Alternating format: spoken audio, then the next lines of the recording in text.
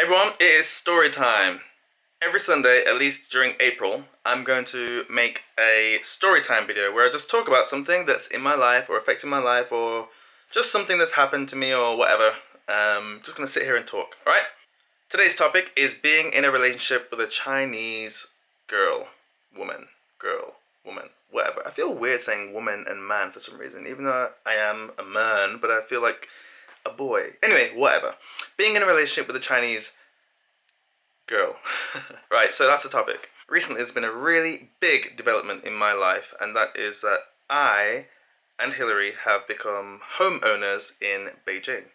Now, that is very random because it wasn't something that I was planning, especially not something that I was planning to do so soon, so quickly.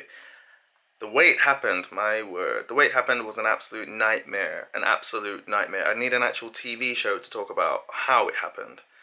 But the result is me and Hillary are homeowners. I'll give you like a brief summary of how it happened.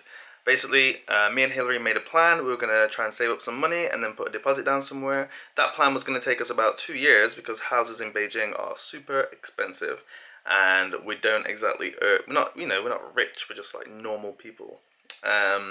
So we were going to save up for about 2 years, get the deposit. Deposits in Beijing, you need about 30% of the value of the property, so it's pretty high, 30%, considering that most of the places here are, pretty damn expensive for the areas that we would have considered living anyway. So then she told that to her mum and dad, and they were not happy about that plan because the tradition in I don't want to say the tradition in China, the tradition in their family and their area, their part of China, is that the guy, the man, him and his family will be the one that provide a house for the wife to be, so the girlfriend, and then the girlfriend would move into that house and they'd get married like that.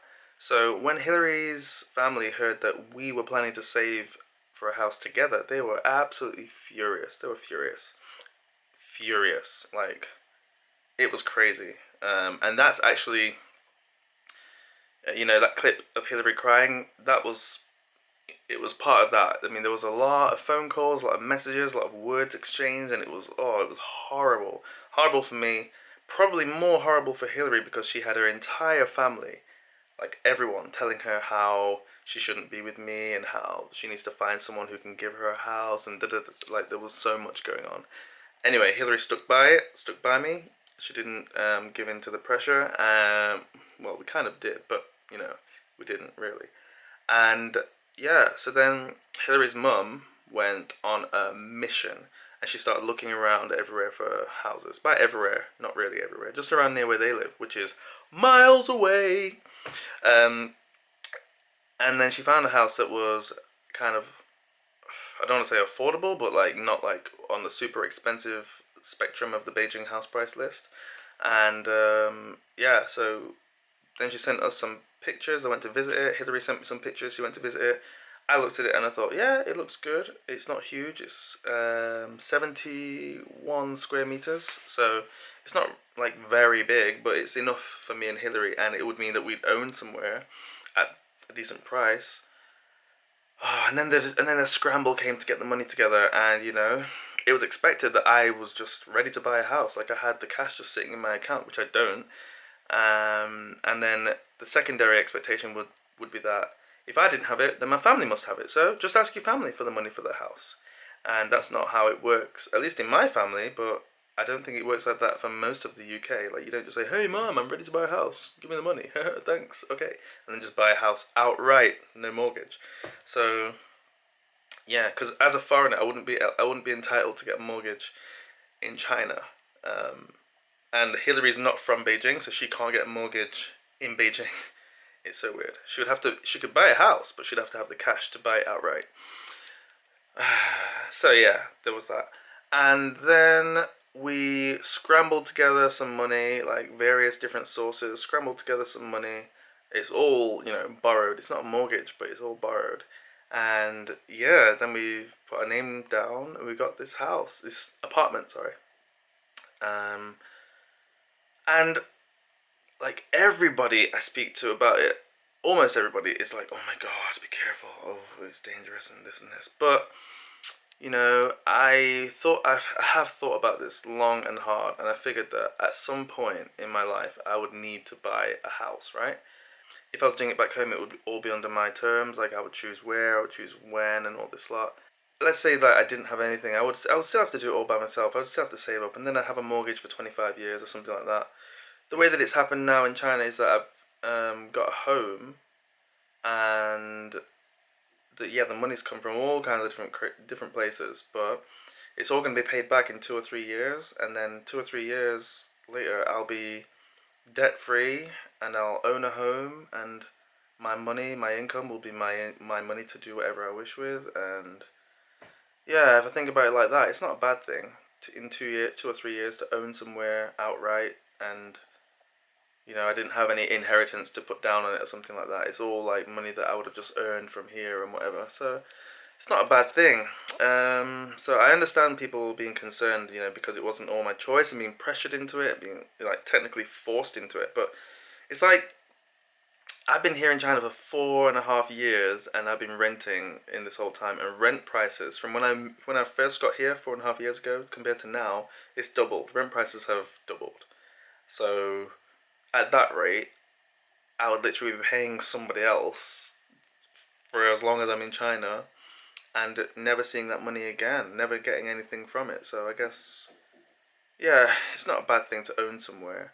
The way it happened, yeah, crazy. But the result is I own somewhere, and it's not bad, is it? It's not bad to own somewhere. I never thought it would happen in Beijing. I didn't know if and when it would happen in the UK. I don't know, but yeah, so I'm happy about it. And now it's all about getting the house done up. So now it's April. We're planning to move there between sort of May and June,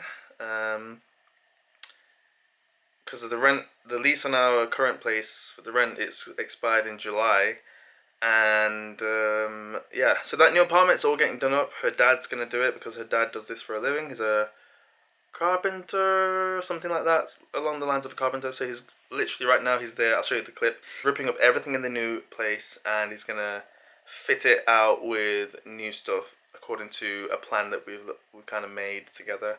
We're choosing all the stuff like where we want the electric plug sockets, where we're gonna put the air conditioners, like um, pipes and stuff, where they're gonna go, and all kinds of stuff we're planning out. I've never been part of something like this before, so it's quite exciting. And yeah, the pace. Oh my God, China! It's so fast.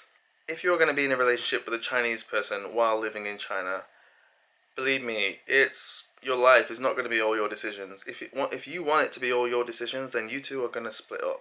That's as simple as that. There's going to be some kind of breakup, whether it's going to be you two breaking up or her breaking up with her family.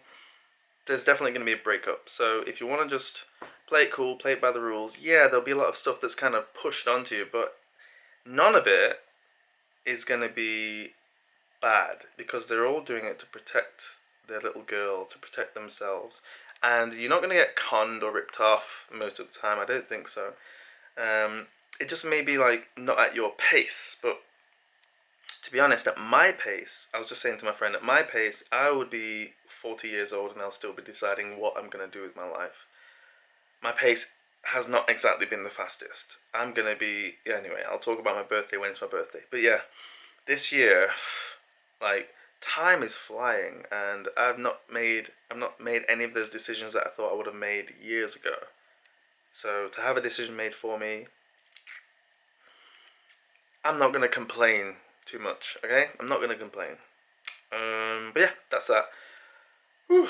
So today's video is a bit late. Sunday's video. Yeah, enjoy. Subscribe, and I will see you tomorrow for another topic. Bye bye.